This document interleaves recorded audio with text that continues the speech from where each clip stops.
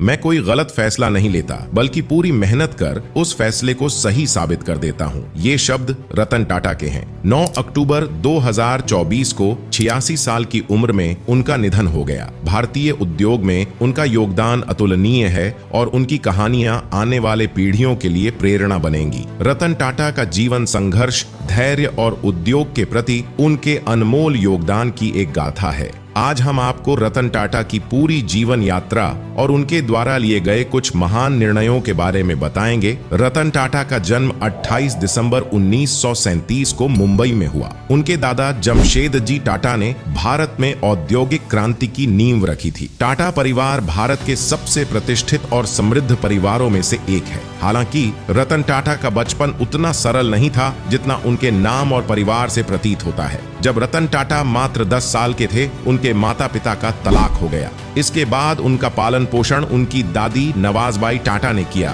दादी का स्नेह और उनके द्वारा दी गई सीख ने रतन टाटा के जीवन पर गहरा प्रभाव डाला। रतन टाटा ने अपनी प्रारंभिक शिक्षा मुंबई में पूरी की। स्कूल के दौरान वह एक साधारण और अनुशासित छात्र थे। पढ़ाई के साथ साथ उन्होंने खेलकूद में भी अपनी दिलचस्पी दिखाई। स्कूल के बाद उन्होंने अमेरिका की प्रतिष्ठित कॉर्नेल यूनिवर्सिटी में दाखिला लिया, जहां से उन्होंने आर्किटेक्चर की पढ़ाई की। इसके बाद उन्होंने हार्वर्ड बिजनेस स्कूल से एडवांस्ड मैनेजमेंट प्रोग्राम पूरा किया। इन दोनों ही शिक्षा संस्थानों से मिली शिक्षा ने उन्हें भविष्य में उद्योग जगत में सफल होने की नींव दी। रतन टाटा ने 1962 में टाटा ग्रुप में अपने करियर की शुरुआत की। उन्होंने अपने करियर की शुरुआत बतौर ट्रेनी टाटा स्टील में की, जहां उन्होंने पहली बार शारीरिक मेहनत और उद्योग की बारीकियों को समझा। यहाँ उन्होंने मैन्युफैक्चरिंग यूनिट में अन्य श्रमिकों के साथ काम किया और एक उद्योग के भीतर से सीखा। शुरुआत में ही यह स्पष्ट था कि रतन टाटा केवल एक उत्तराधिकारी नहीं है,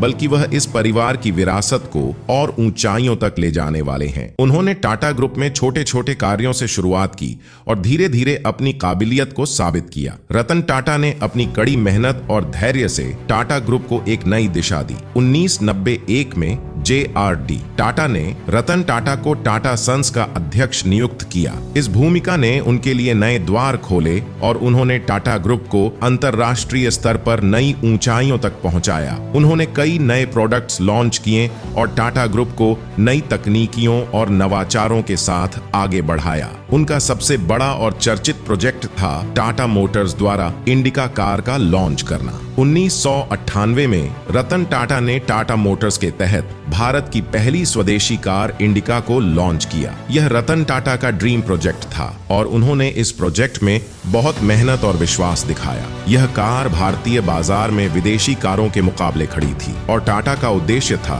कि भारतीय बाजार में भी एक स्वदेशी कार का निर्माण किया जा सके। हालांकि इंडिका का बाजार में प्रदर्शन काफी कमजोर रहा। भारतीय बाजार में जितनी भी कारें थीं, उनकी सफलता के पीछे विदेशी कंपनियों की तकनीक और डिजाइन का बड़ा योगदान था। इस कारण इंडिका को ज्यादा खरीदार नहीं मिल पाए और कंपनी को बड़ा घाटा सहना पड़ा। 1999 में टाटा मोटर्स को इस घाटे से उबरने के लिए अपना कार कारोबार बेचने का फैसला करना पड़ा। इस फैसले के चलते रतन टाटा अमेरिका की प्रमुख ऑटोमोबाइल कंपनी फोर्ड मोटर्स के मालिक बिल फोर्ड से मिलने गए। मुलाकात के दौरान बिल फोर्ड ने रतन टाटा का अपमान करते हुए कहा, आपको कार के बारे में कुछ भी नहीं पता। हम आपकी कंपनी को खरीद कर आपके ऊपर एक बड़ा एहसान कर रहे हैं। रतन टाटा उस समय गहरे अपमान का घूंट पी गए, लेकिन उन्होंने सब्र से काम लिया। उन्होंने वह डील रद्द कर दी और सही समय का इंतजार किया। 2008 में जब दुनिया आर्थिक मंदी से जूझ रही थी, तब फोर्ड मोटर्स खुद वित्तीय संकट में फंस गई थी। कंपनी दिवालिया होने के कगार पर थी और उसने अपने दो प्रमुख ब्रांड्स जगुआर और लैंड रोवर को बेचने का फैसला लिया। यह वह समय था जब रतन टाटा ने वह अवसर देखा जिसका उन्हें इंतजार था। उन्होंने जगुआर और लैंड रोवर को खरीदने का फैसला लिया। यह केवल एक बिजनेस डील नहीं थी, बल्कि उनके लिए इज्जत और आत्मसम्मान का सवाल था। उन्होंने वह कंपनी खरीदी जिसने कभी उनका अपमान किया था और इस तरह उन्होंने दिखा दिया कि मेहनत और धैर्य से सब कुछ संभव है। जगुआर और लैंड रोवर, जो कभी डूबने के कगार पर थीं, आज दुनिया के सबसे पॉपुलर और लग्जरी कार ब्रांड्स में से एक हैं। यह रतन टाटा की विजनरी लीडरशिप और दृढ़ संकल्प का ही नतीजा था। रतन टाटा ने 2008 में एक और शानदार कदम उठाया। उन्होंने एक ऐसी कार का सपना देखा जो हर भारतीय परिवार की पहुंच में हो। इस विचार से जन्म हुआ टाटा नैनो का। यह दुनिया की सबसे सस्ती कार थी, जिसकी कीमत मात्र 1 लाख रुपये थी। हालांकि नैनो का बाजार प्रदर्शन इंडिका की तरह सफल नहीं रहा, लेकिन रतन टाटा का यह प्रयास दिखाता है कि उनका विजन केवल मुनाफा कमाने का नहीं, बल्कि समाज को नई ऊंचाइयों तक पहुंचाने का था। नैनो ने भारतीय ऑटोमोबाइल इंडस्ट्री में एक नई सोच को जन्म दिया और यह दिखाया कि कम लागत में भी क्वालिटी प्रदान की जा सकती है। रतन टाटा न केवल एक महान उद्योगपति हैं, बल्कि वह समाज सेवा में भी गहरा विश्वास रखते हैं। उन्होंने हमेशा अपनी कमाई का बड़ा हिस्सा समाज सेवा में लगाया।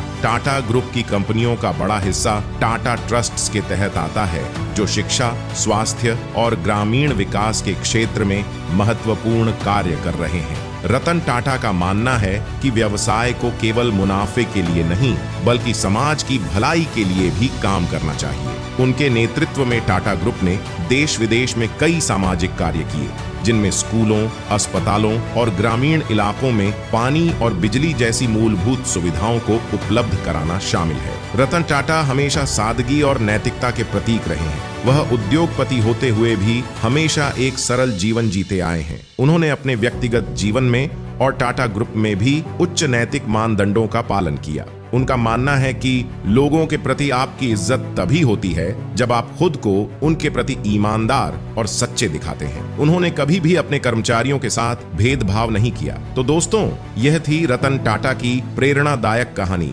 जिन्होंने अपने धैर्य, मेहनत और नेतृत्व से न केवल भारतीय उद्योग जगत को ऊंचाइयों पर पहुंचाया, बल्कि पूरी दुनिया में भारत का नाम रोशन किया। उनकी जिंदगी हमें यह सिखाती है कि अगर आपके पास संकल्प और धैर्य हो, तो कोई भी बाधा आपको सफलता की राह में नहीं रोक सकती। अगर आपको यह वीडियो पसंद आई हो तो लाइक करें, शेयर करें और हमारे चैनल बायोग्राफी विद अभी को सब्सक्राइब करना न भूलें, ताकि आप इसी तरह की और भी प्रेरणादायक कहानियों से जुड़ सकें। धन्यवाद और हम फिर मिलेंगे एक नई वीडियो के साथ।